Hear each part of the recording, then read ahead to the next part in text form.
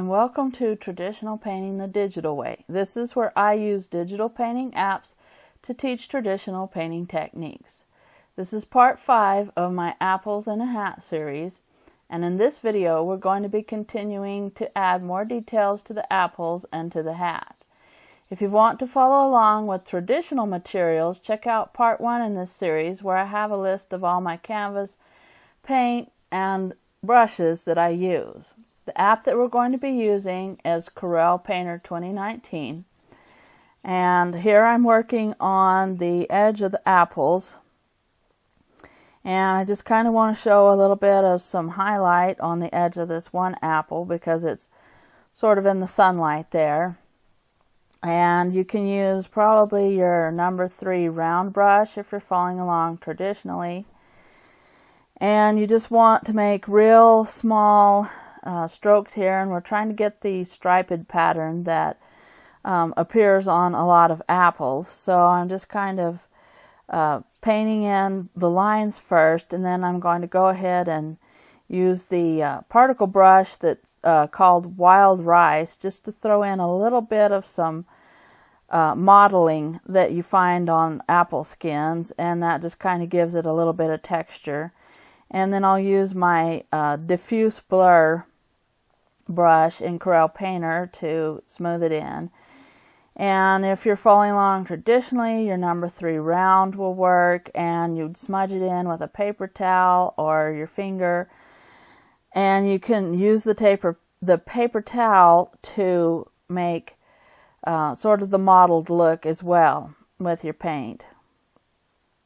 And just kind of working on that and adding a little bit of the shadow under the stem there. And you can use dioxazine purple if you're following along with your acrylic colors.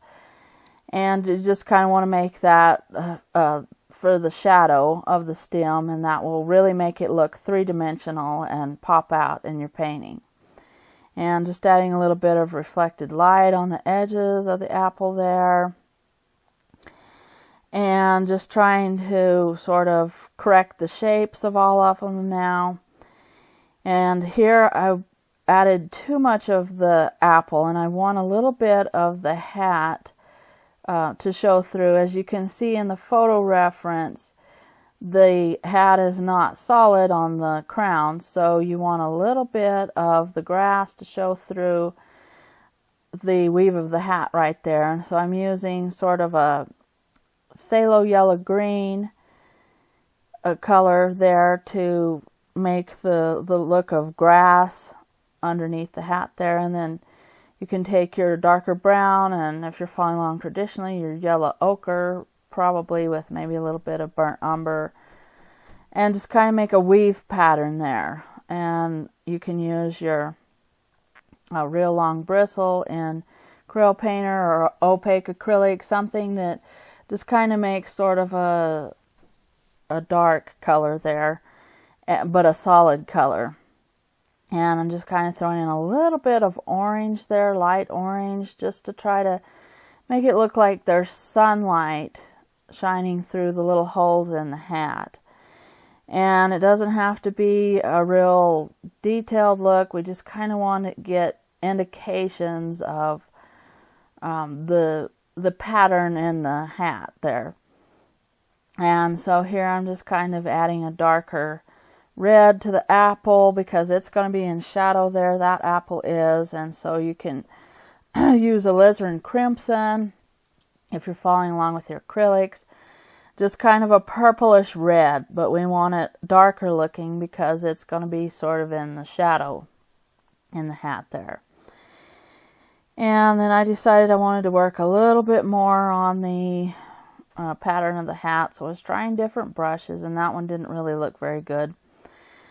So I kind of just blurred it out again, and by now the diffuse blur is one of my favorite blenders, and usually when I get towards the end of a painting or in the middle of it, I sort of get things narrowed down to just a few brushes that I like, and that way for that one painting, and that way it doesn't get quite so complicated because I have decided sort of what I like. And this is sort of the wild rice brush again, and I thought I would try it and just several different kinds to see if I could get the rough look of the hat there. And so I'm just kind of playing around with that, and I'm going back and forth and adding browns and greens there and using different brushes, and the wild rice brush really gives it a uneven look on there, and that kind of looks like a weave. Now the wild rice brush is a particle brush, and as I said, they're kind of hard to control, but you can get some really good uneven looks, so that will help you to kind of not get a uniform look when you want something to look more naturalistic.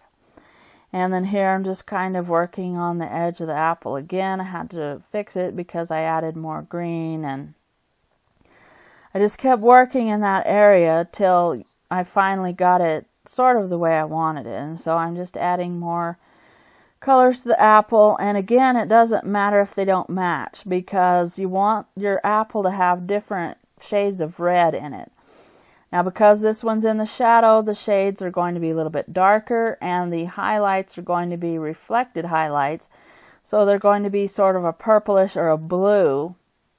So you would keep that color in your apple as well, because you want that darker highlight, if that makes sense. But I mean, it's not a bright direct light, it's a reflected light again, and I've mentioned this in some of my previous videos that the reflected highlights are usually cooler in nature, and they're either blues or purples, and they're reflecting off other apples, or they're reflecting off the hat or the grass there. So you want those to look a little bit cooler. You don't want to use yellows or whites there.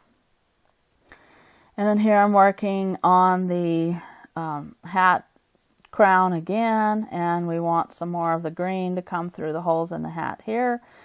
So I'm trying to just work on the hat pattern there, and you can use phthalo yellow green if you're following along traditionally for the grass, and yellow ochre for the hat again, and just kind of make sort of a weave pattern again. And I was just trying to get not a real accurate pattern, but just kind of an indication of the pattern there, just enough that shows you that there's holes in the hat brim, that it's not a solid hat, that it's a woven pattern there. And that's just what I was working on, just trying to get that look, but not necessarily make it look totally accurate. I'm just trying to get sort of an indication of it there.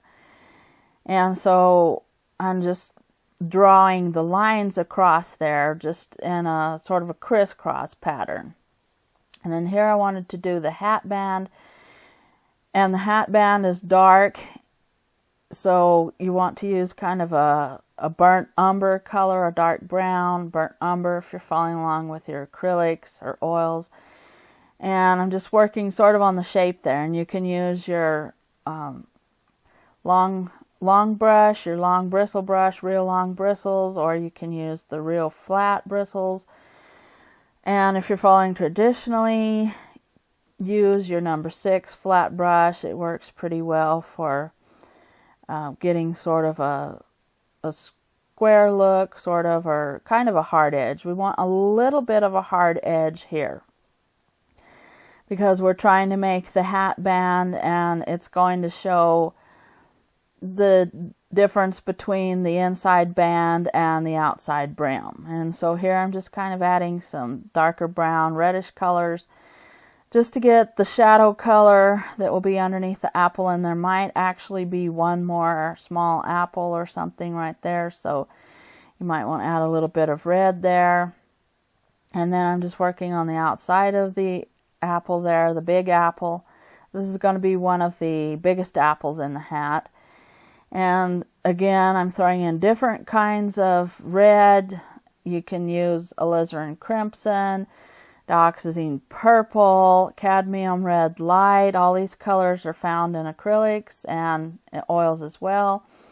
and leave a little bit of some yellow color there for the highlight. Throw in some greens because this is going to be your reflected highlight off of the grass here. So you want to go ahead and just throw in some of the green and some ultramarine blue again for some more reflected highlight. Now this apple is going to have both on it. It's going to have the main highlight that it gets from being hit by sunlight, and it's also going to have reflected light where part of it is in the shadow, and it's going to be reflecting off the hat brim, the other apples, and also the grass. So that's why you want all these different colors in this apple.